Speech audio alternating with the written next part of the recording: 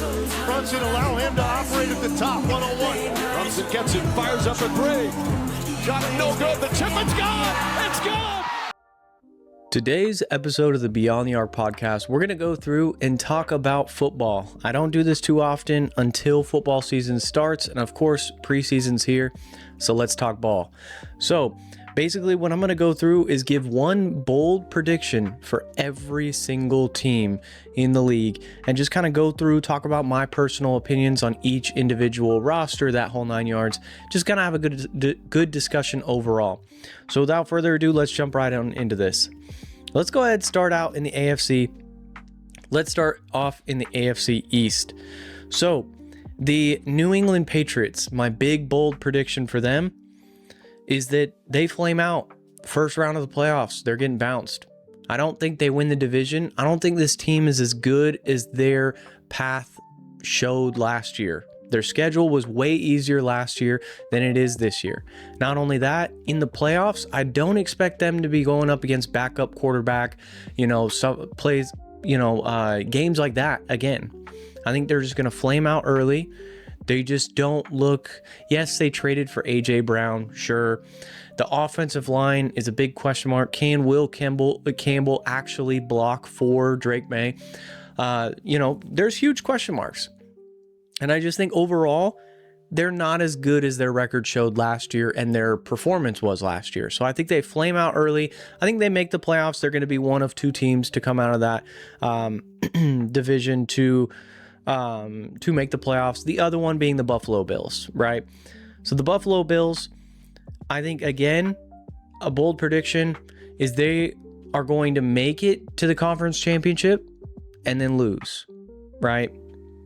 The Bills, I love the ideology of Bills Mafia and everything, but I don't know. It's something about this team every year that they just get so close, but just flame out, right?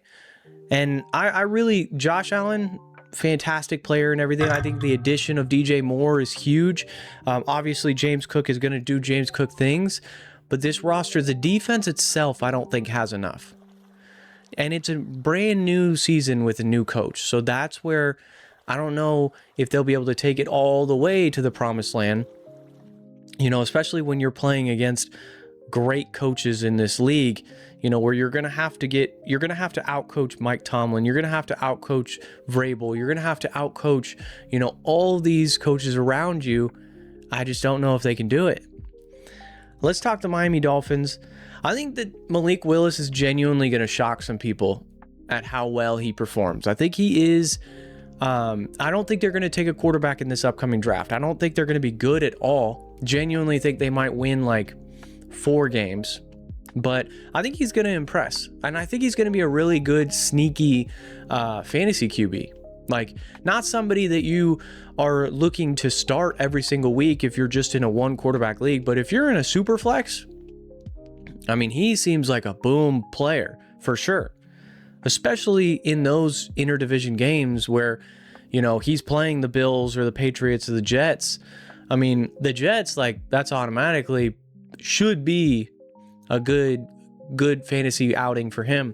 So that's my bold prediction with Miami is I don't think that offense is going to be as bad as people are kind of saying, because there are pieces here, right? Achane, Malik Willis.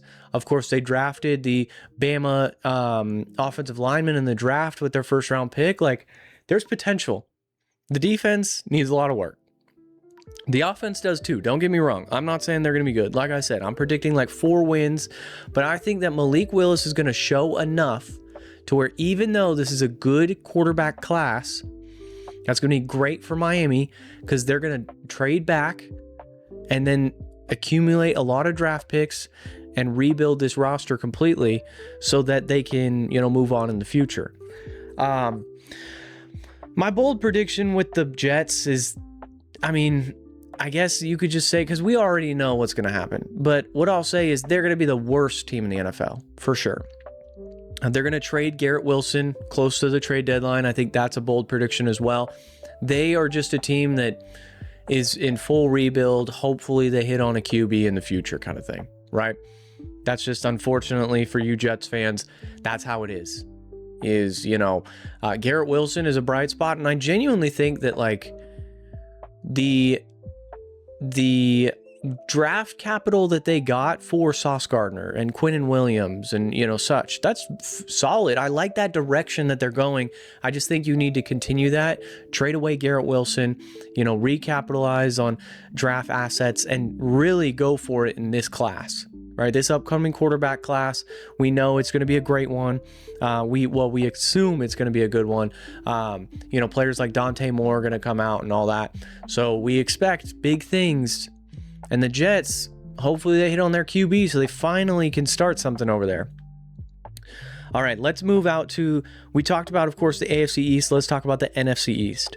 My big, bold prediction for the NFC East is that the Dallas Cowboys win the division, right?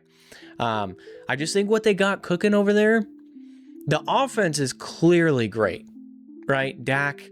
And then the receiving core is insane with Pickens and CeeDee Lamb, with CD being healthy, Jake Ferguson at tight end. Like, I like that offense is going to be great. It's the defense that's the big question mark, right? But then you think they traded for Quinnen Williams. They got Kenny Clark. They, of course, drafted Caleb Downs, right? There is some names on this defense that I think the defense is a lot better than people give it credit for. And I genuinely think that they outperform the Eagles in the regular season. Now, like I said, that's just the regular season. That's my bold prediction for them to win the division or the conference, I guess. And then I think after that, they probably flame out, right? They're going to end up facing a team that I'll have a prediction here for in just a second. I predict them to win the Super Bowl, so I don't think that they're going to make it to the Super Bowl. But moving on to the Eagles, I think that Devontae Smith, we could be looking at potential Offensive Player of the Year here because there's going to be no pressure on getting the ball to A.J. Brown anymore, right? So that just opens up so much more for Devontae Smith to really flourish. And I think that he is the Jackson Smith and Jigba of 2026/2027, where he is going to have that flourish, right? They traded away the disgruntled star in AJ Brown, or just like the Seahawks did with DK Metcalf. So now it frees up that opportunity for somebody like Devontae Smith. Of course, I do question outside of Devontae with the receiving core. Mekhi Lemon's there, cool. Is he ready to take that step and be a number 2? That's a huge question mark there. But overall, I think the Eagles will be good. I think they're going to compete. I think they'll make the playoffs. I just don't know if they have enough. The defense is obviously killer.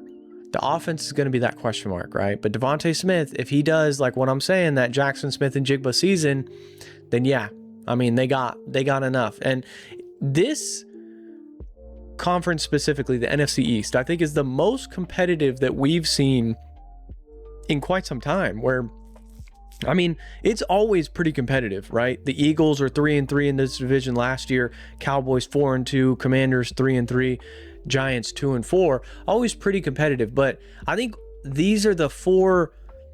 This might be one of the closer conferences as far as talent goes. I don't think I wouldn't be shocked if the Cowboys won the conference, or if the division, or if the Eagles won the division, or if the Commanders, they win the division, because of course they have Stephon Diggs and Terry McLaurin. We'll get to them in a second, but and the Giants, I think the Giants, they're still a little bit away, but still they can get there. But yeah, overall, this might be the closest that I have a specific division being as far as 1, 2, 3, 4. Speaking of the Commanders, let's talk about them. I do think the acquisition of Stephon Diggs, genius play, right? So now you have Stephon Diggs, Terry McLaurin, right? I like the running back core that they've got as well. The defense does need some work. I think they need some corners, of course, but Sonny Styles looks solid, pretty per se, to start the season. In preseason, of course, it is just preseason, but their big, bold prediction for me, I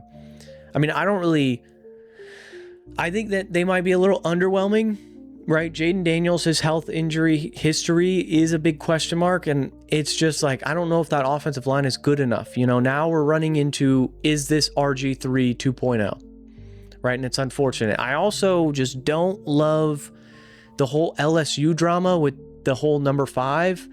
So that might play into an aspect of just like a mental issue that having that mental drama there might afflict him in some sort of way or something like that, but overall, like, I think they'll be okay. I do think that they finish 4th in division. I think they're going to be the last team in the division. I think the Giants, and we can kind of transition into the Giants per se.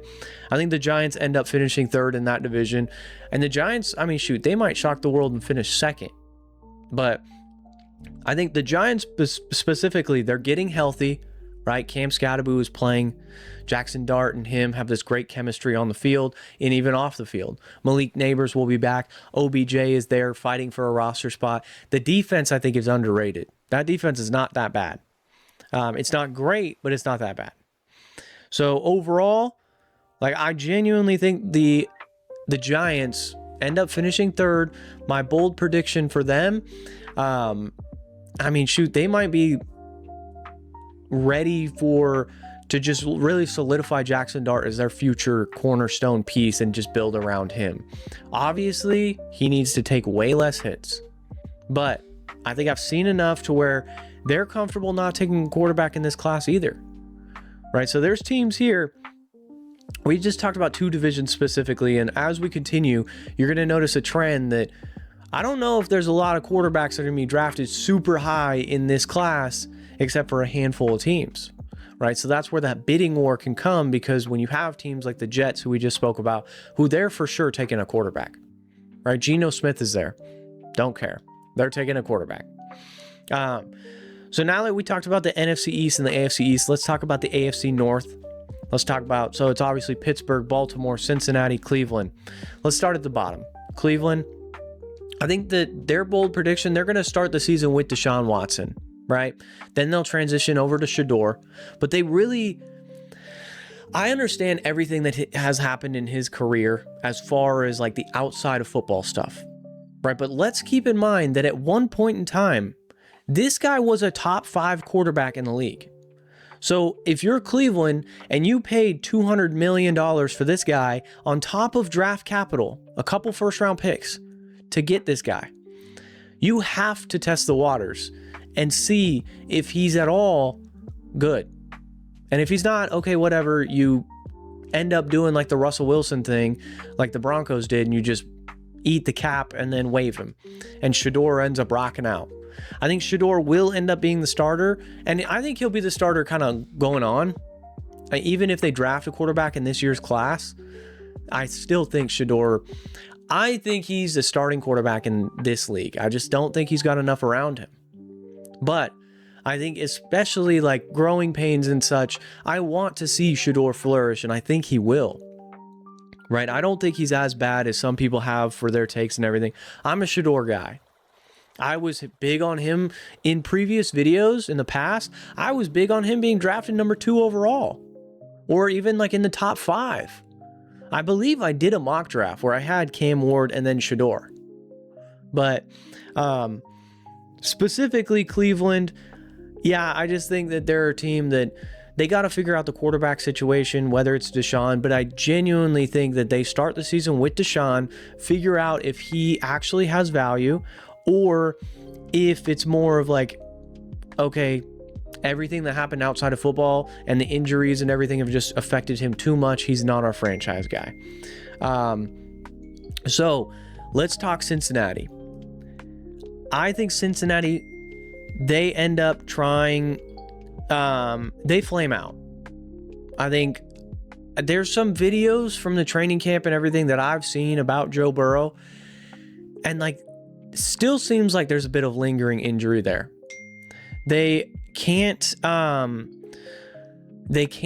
keep him healthy. They can't keep him healthy. They can't get the O-line right. They can't get the defense right at all. And yeah, sure, you've got these great wide receivers.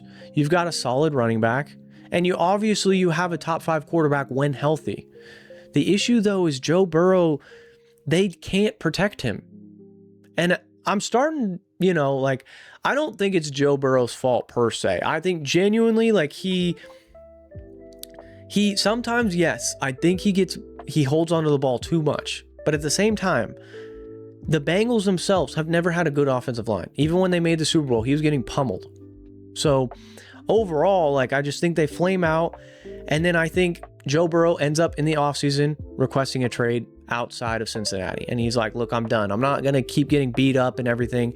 And that's where we could be seeing him in, like, for the Rams. Him, there's some teams that we'll get to here in a second that I could see him potentially going to and flourishing. But let's talk Steelers.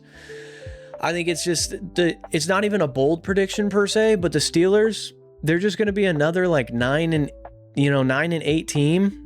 And I just think they're not going to be great.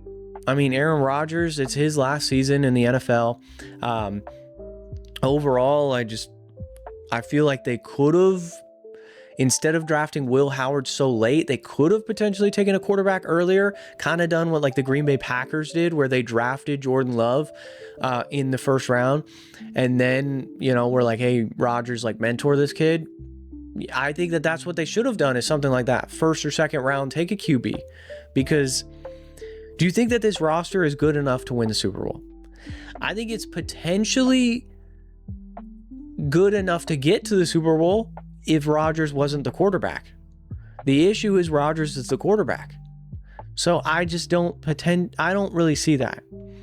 I think they're going to have another mediocre season, as they've had another mediocre season for the last 8 years, 10 years, whatever it is. And then, yeah, that's that. Baltimore wins the division, I think. So I'm going to go Baltimore, Pitt, Cincinnati, and Cleveland at the bottom. So Baltimore winning the division. Again, I think they flame out early in the playoffs. They may win a playoff game, and then I think they heavily consider trading Lamar Jackson, because I don't think he's a playoff riser. I think he's the James Harden of the NFL, where genuinely, like, no disrespect to him, I think he's a great athlete and everything. Same thing with James Harden. Playoffs come around, it is just lights out. Like, the lights are off. Like, he is not performing well. The lights are too bright. Like, you expect Lamar to continue everything. And I think what it is, right? The game tends to slow down in the playoffs, right? Teams are really, like, those run and gun offenses don't really, like, flourish, right? And Lamar scrambling around, running around and everything. I mean, also, you have to think, they don't really have a great receiving core. Zay Flowers is a great receiver, sure, but outside of that, he got no help. Mark Andrews is super old and gone, right? Derrick Henry is obviously Derrick Henry, but genuinely, Lamar Jackson, I don't know if, like, he's the future of Baltimore, especially if they flame out early. I would heavily consider it, especially if you think that, like, hey, Joe Burrow might be on the market, or this draft class is super good, right? Or even, right, that teams are going to be looking at quarterback this next offseason, right, with the draft. Like I just said, Pittsburgh is going to be looking at QB. If Cincinnati trades Joe Burrow, they'll be looking at quarterback. And then there was already the rumors about, like, trading him to the Jets for draft capital and such. But that obviously fizzled out. Now, I just think that that's smart to think about. I think that they should look at potentially moving him and moving on and just saying, look, we tried the Lamar Jackson experience. He's a great quarterback. I just don't think he's good enough to get us over the hump. The Rams did that exact thing and then won a Super Bowl. Right? They said Jared Goff is a good quarterback in the NFL. He's a starting caliber quarterback, but he's not going to win us a Super Bowl.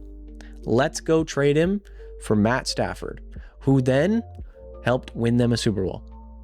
That's all I got to say there, is, like, I think genuinely, like, Baltimore's in that same boat.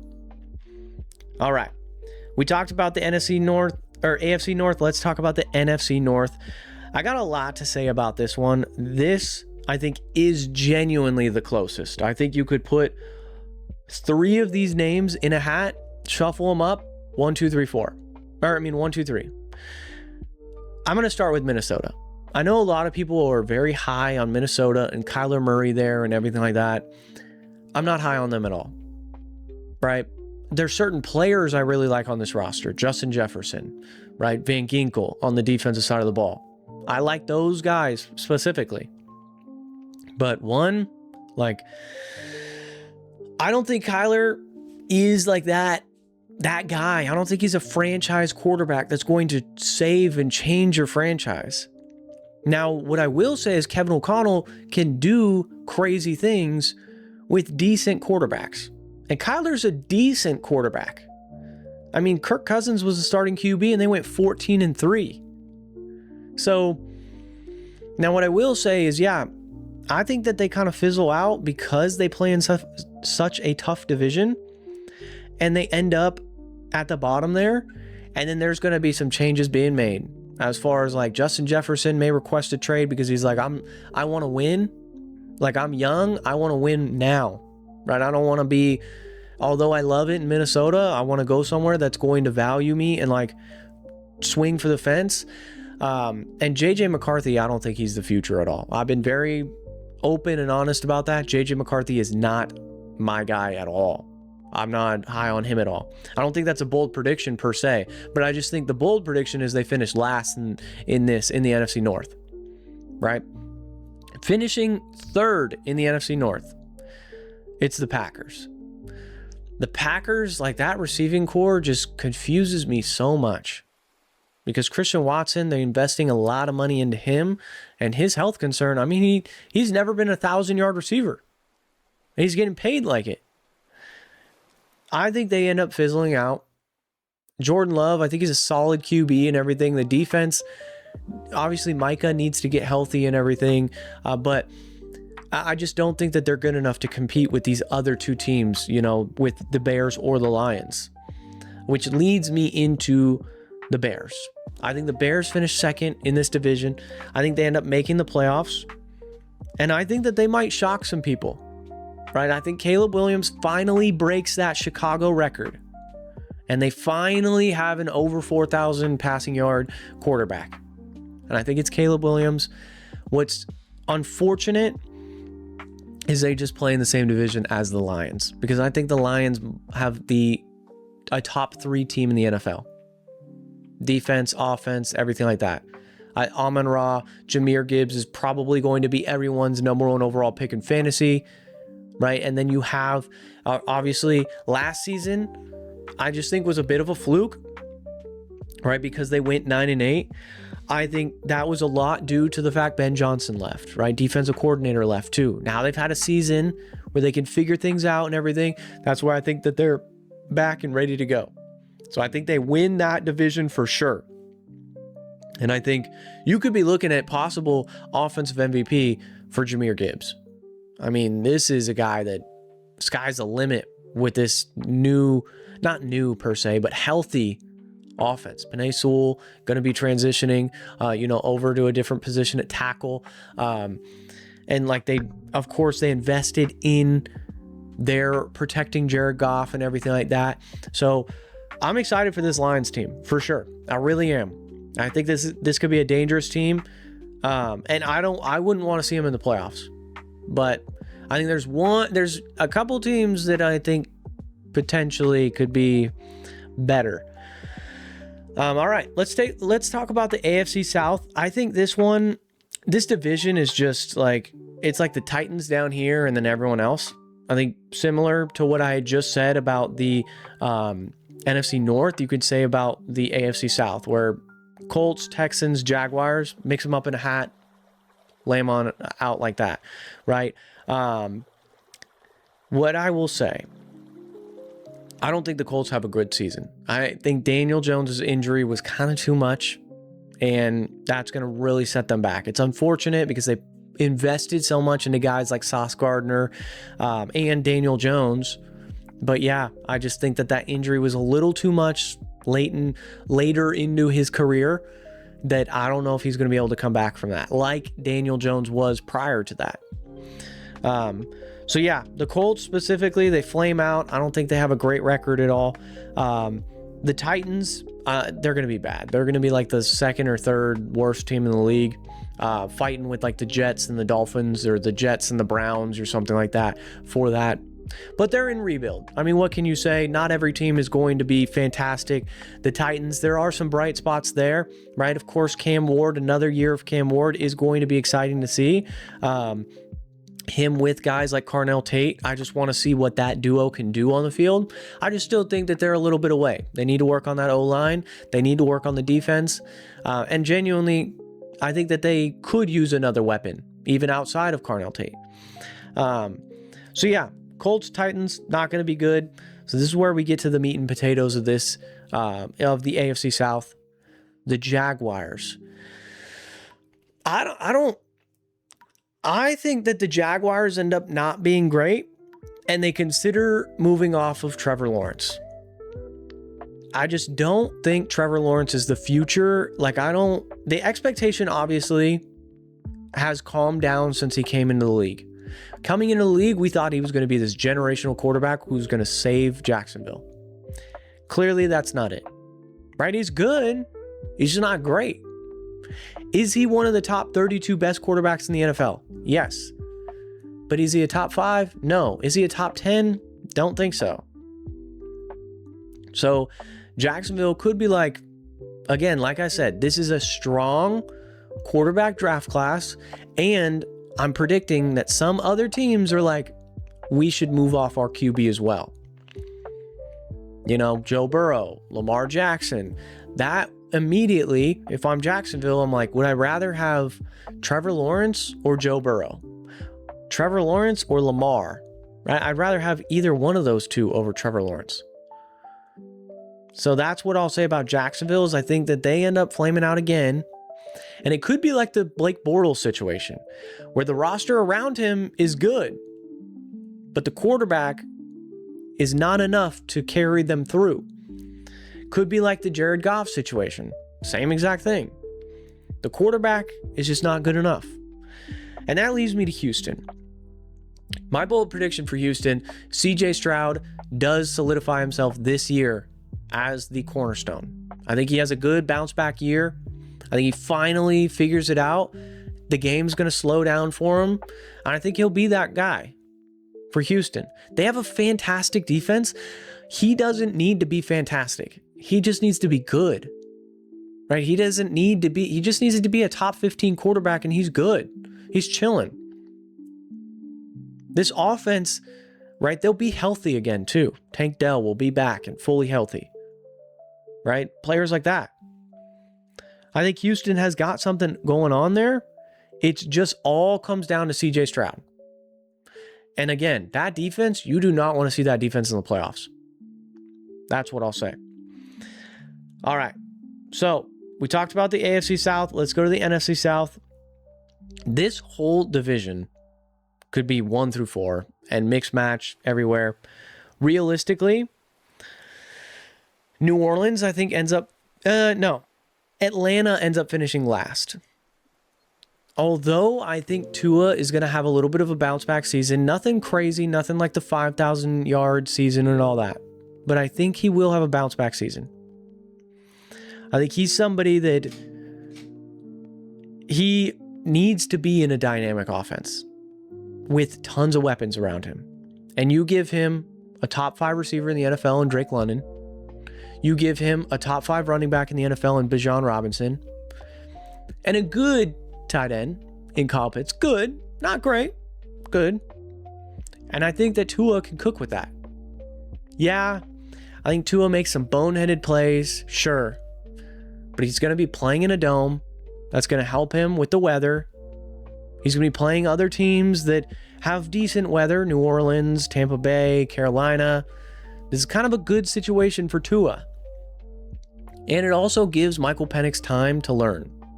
Again, Michael Penix as well, it could be like a Deshaun Watson, Shedeur Sanders, where at any point in time, they could end up switching to Michael Penix.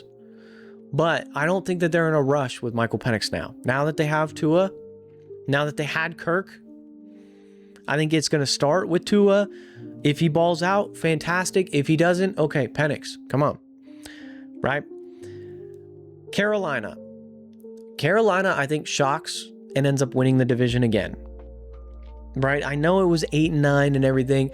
Genuinely, though, Carolina has something cooking there. I like what they got going on. They have a solid defense. The offense, like, I think Bryce Young, he shows these flashes that I'm like, yeah, that's why he was drafted so high. Yeah, that's why there it is. It's right there. And like, sometimes though, he just does look like a backup quarterback. I think that the size does, matter, of course, there. But I think, I genuinely think that he's not necessarily like a solidified cornerstone quarterback or anything, but I think he's a starting quarterback in this league. Now, again, he's one of those quarterbacks that you can put on a map and say, look, you don't play well this season, we're done. We're off you. You don't play like exceptional, we're done. We're off you because of the quarterback market. Like, I think this 2027 quarterback class and quarterback offseason is going to be nuts. Where we're going to see at least like 2 or 3 elite quarterbacks, or at least high level caliber starting quarterbacks, move to a different team. We're going to see a bunch of quarterbacks taken in the draft. They're going to be starting next season. So that's where Carolina falls into that class of like the Lamar Jackson, Joe Burrow situation, of like, hey, are they good enough?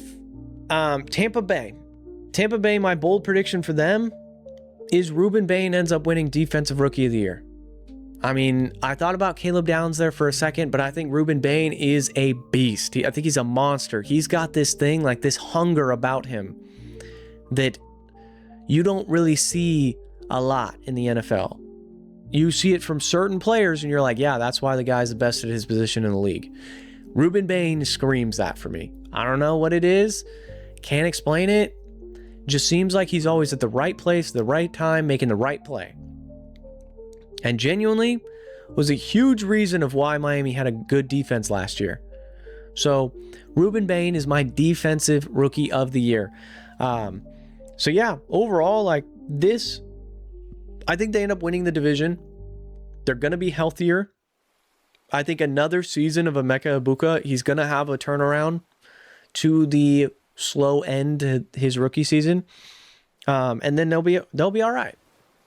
Right? Mike Evans got healthy. Chris Godwin got healthy. So the ball didn't get to Emeka Egbuka as much. Now it's just Chris Godwin and Cade Otton. Sure. Right? But I think that Tampa Bay team, although I don't think that they're going to do anything in the playoffs or anything like that, they're going to win the division at least. All right. Let's talk the last division here for the AFC West. This division, I think that the winner of this division ends up going to the Super Bowl. And that's right there. So we'll start at the bottom there. The Raiders. I think the Raiders have another season similar to what they did last year. It's just not a great roster. I don't think they end up winning like 10 games or even 8 games. They might win 6, sure. But they've got their quarterback of the future. And they're going to test it out after like week 5, week 4, somewhere around there. Fernando Mendoza will get his shot, but I think they just start slow with Kirk Cousins. They see what's up with the roster, and then they go from there and they let Mendoza just learn a couple weeks and then take the keys, right? I don't think that's a bold prediction at all, but I just think that's reality for them, right? Not every team is going to have this crazy bold prediction. But next season, though, I think they're going to be a lot better. I think they're going to be like an 8-win team next season. Finishing at number 3 in the division, I think it'll be the Chiefs.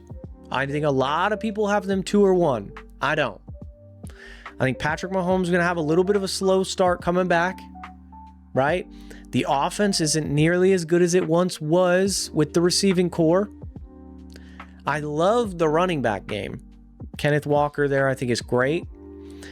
But the defense, I don't think, is as good as it once was. They lost Trent McDuffie. right? I just think that they have some holes. And I don't even think the offensive line is as good as it once was. So overall, like, yeah, you got better at running back, but Travis Kelce's got one more season in him. He's older.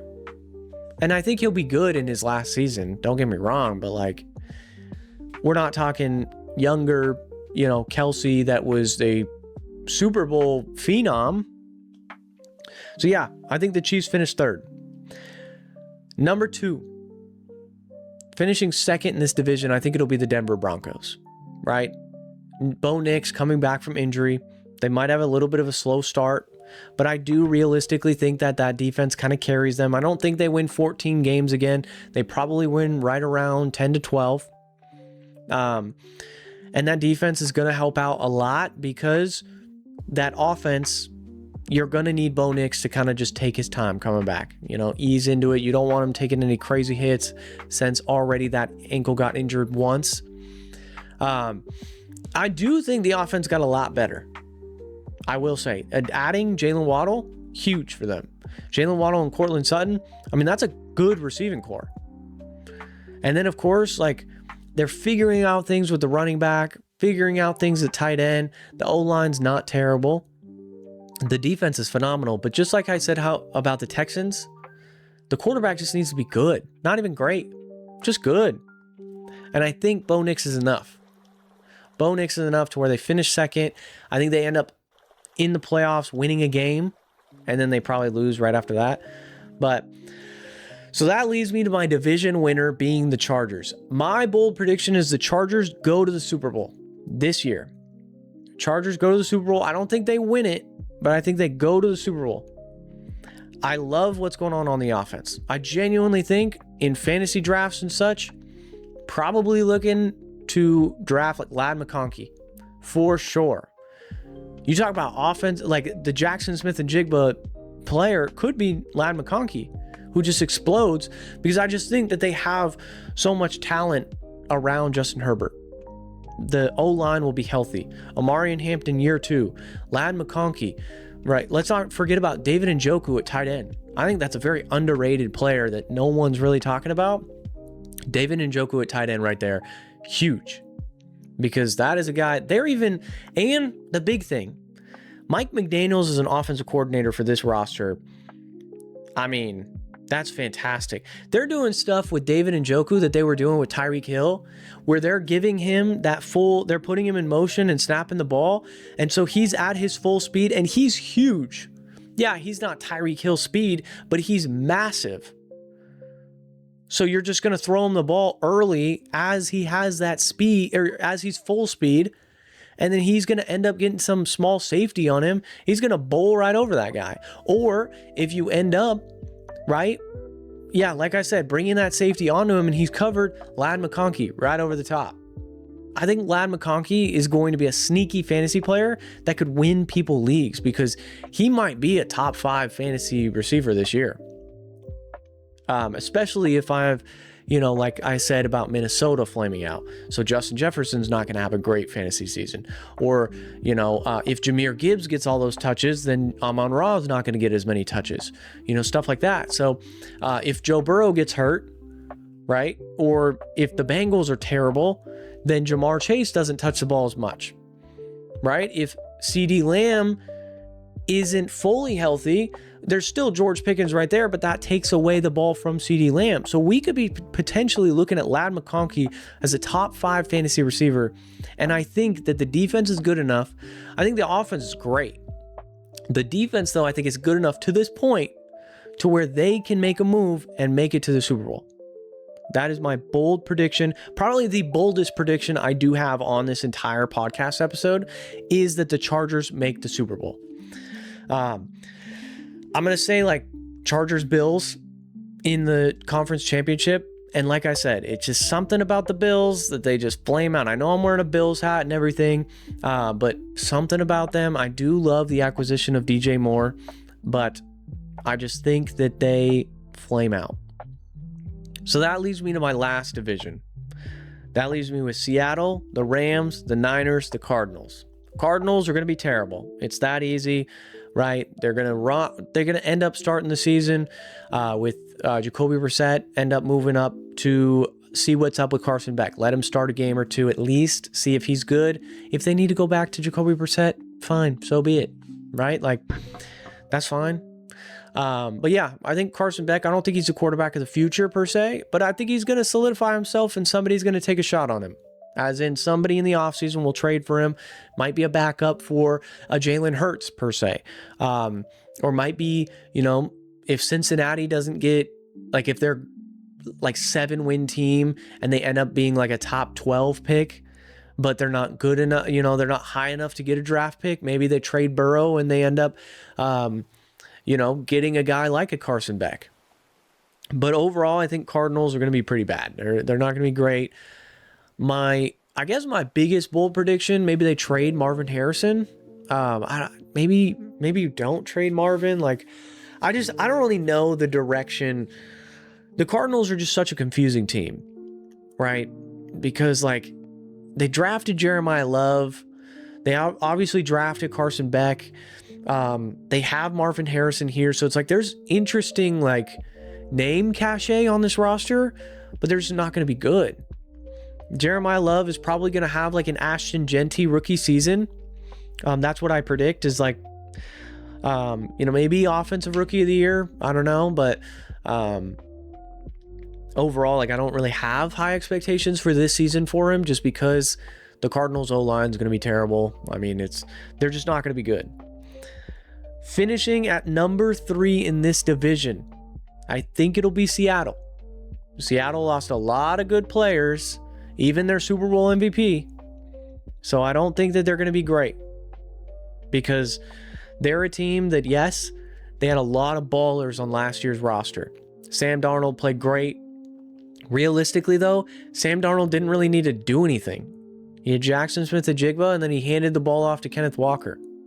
So, although that's maybe discrediting him a little bit, I just think that Seattle ends up flaming out, right? I don't even know if they make the playoffs because I just don't really...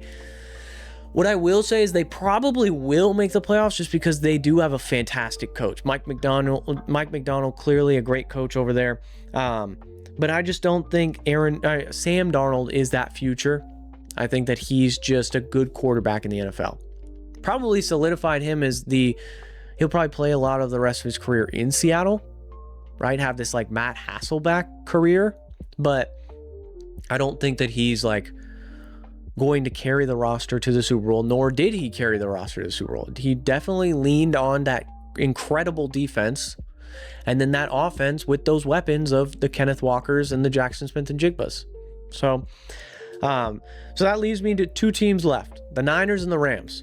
I think the Niners finish as the second team in the division, but I think there's a huge gap in between number 2 and number 1. I will say that. They end up, obviously, they've got some name cachet. Debo's back. Mike Evans is there. Ricky Pearsall, hopefully healthy, right? Christian McCaffrey healthy. Brock Purdy is going to do Brock Purdy things. The defense is what I'm worried about, right? And also, I'm genuinely worried about that whole electromagnetic field thing that's going on where everyone's always injured and everything like that. That could go south real quick to potential where the Niners might consider moving if it goes bad again, where so many players are getting injured, right? Like Christian McCaffrey, what I'll say is a guy I'm avoiding in fantasy, but I will say I've always avoided him in fantasy because I've been scared of his injury history. I will never touch him in fantasy, don't want to draft him. I will take anyone else kind of over him just because he's not reliable week to week. Sure, when he is on the field, he's fantastic. But I don't trust that he'll be there weeks 1 through 18 or the 1 week they have a bye or whatever. Even if he's there, I don't trust he might not be there half the year. And especially with this whole injury guard stuff that's going on with the Niners, I don't trust it at all. Honestly, I'm dodging all Niners players in general. I still think they're going to be solid, but that's just because the Niners somehow end up squeaking out 12-5 when everyone thinks they're going to be, 8-9. I don't know how they do it, but they always end up doing it. So that leaves us with the Rams. My bold prediction, and I don't think is necessarily a bold prediction per se, so I'll kind of string this along with a couple different things. The Rams win the Super Bowl. Rams, Chargers, Rams win it all, right? I think they have the best roster top to bottom, defense, offense. The defense looks disgusting, like so good. They might have like one of the best defenses of all time. We're talking Trent McDuffie's there. We're talking Aaron Donald coming out of retirement, Myles Garrett. Like, how you're going to defend both Myles Garrett and Aaron Donald? Because I'm sorry, but I don't believe the BS that he takes a season off and he's out of shape. Nah, that man is a workhorse. He's always been a workhorse. We've seen the workout videos. He stayed in shape for this reason, that he's going to go win another ring. He's going to go down as the greatest defensive player of all time, especially after he wins this ring. And then on top of that, Matt Stafford wins MVP. Not Super Bowl MVP. Sure, he might win Super Bowl MVP, but Matt Stafford wins MVP of this season, back-to-back per se. And yeah, I mean, maybe because of the recency bias, like of him winning it last season, he might not win it this season, but I think he's got a great shot. This offense isn't... The only thing that might hold him back is the fact that the defense might be so good that he might not need to do... He might be able to have a Sam Darnold season and they still win it all, right? Like, because the defense is so good. So that might open up the window for another potential MVP of the season in somebody like Justin Herbert, right? I'm genuinely... Those two quarterbacks, I'm super high on this year. I'm all in on the Rams. I'm all in on the Chargers. I should put a fat parlay together of both of them making it to the Super Bowl. Because I'm confident. I'm for sure confident in the Rams. But what I'm seeing over in the Chargers, right? I'm seeing a lot of good things that I'm liking. And I'm thinking that they're going to go all the way. Genuinely, I just trust in that offense. And so head coach Harbaugh just going to need to focus on the defense because Mike McDaniel got the offense for sure. Because that wasn't the problem in Miami. They could score when they were healthy and they had weapons around them. And Tyreek wasn't, didn't snap his leg and didn't have all the stuff outside of football going on. But Justin Herbert's not an outside of the football drama kind of guy. Neither is Lad McConkey. Neither is David Njoku. Amari and Hampton so far, don't see it, right? Players like that, they're locked in, and I think they're ready to take it all the way for sure. So overall, those big, bold predictions that I'm talking about, right? I think the biggest, like I said, is the Chargers making the Super Bowl, probably the biggest prediction there. Another big, bold prediction that I made was Aaron Donald going down as the greatest defensive player of all time after winning, especially if he wins Super Bowl MVP. He wins Super Bowl MVP, chalk it up. He is the greatest defensive player of all time. Another bold prediction that I had made was Minnesota flaming out. I had said Joe Burrow getting traded, Lamar Jackson getting traded, Bryce Young getting traded, right? Like, I want to go through every team right now before we get on out of here. And like Drake May is obviously safe. Josh Allen, safe. Miami, I think Malik Will's going to prove that he's good enough at least this season, so they won't take a QB. But like the Jets, quarterback ready. They're ready to take a quarterback. Pitt will be ready to take a quarterback. Baltimore, Cincinnati, Cleveland, like that entire division could make moves at quarterback. So that's 5 teams. Jacksonville, 6. Houston, if CJ Stroud has a bad year, 7. Indianapolis, 8. Tennessee, safe. They like Cam Ward. Denver's chilling. LA's chilling, or the Chargers are chilling. Chiefs are chilling. Raiders are chilling. That whole division's safe at quarterback. Philly, I think they're chilling with Jalen Hurts. Dallas, same thing. Commanders, I think they'll still run it. Giants, same thing. Chicago's chilling. Green Bay's chilling. Minnesota could be the 9th. I'm not going to be so sold that they're chilling on Kyler Murray and JJ McCarthy. Not Detroit, I think they're good. Carolina is 10. Tampa Bay with the whole Baker stuff, I think that he's safe. But, if they have a terrible season, like if they win 6 games in that division, they might reconsider. Atlanta, I think if like the proper quarterback falls to them in the draft, they'd probably take him. But they do have so much invested in Tua and in Michael Penix. I think they probably just chill. The Saints, I don't think Tyler Shuck is necessarily cornerstone. So that's what? I'm at like freaking 12 teams, 13 teams. And then, of course, Seattle, I think they're chilling. Rams. The Rams are interesting because, like, if they win it all, then Matt Stafford probably is retiring. I think he's probably retiring regardless. So then they're like, we need a quarterback. They obviously drafted, Ty Simpson out of Bama. Is he ready? If they don't believe so, could they potentially be in that market of the Joe Burrow or something like that? So I'm going to throw them in there for that.